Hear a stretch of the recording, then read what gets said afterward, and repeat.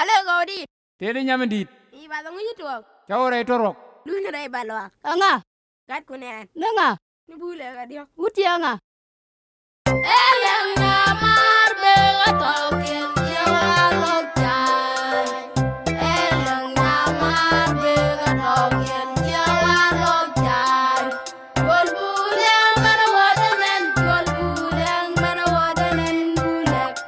Ai bule. Ai gat kunen. Ai bule ga dia. Ai bule ga dia. Ai bule.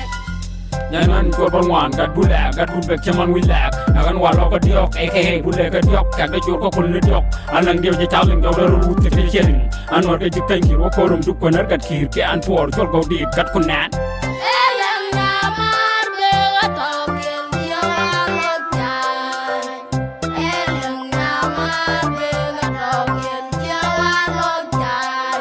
Gol bule mana wadanen, gol bule mana wadanen bulek. Ai bulek. Ai gat kunen. Ai bulek. Ai bulek dia. Ai bulek.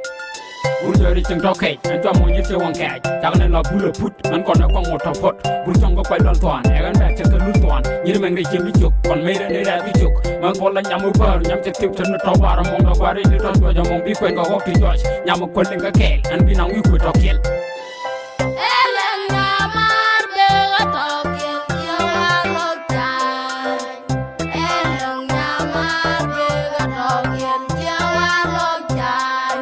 Gol bule mana wadanen, gol bule mana wadanen bulek. Ai bulek. Ai gat kunen. Ai bulek. Ai bulek dia.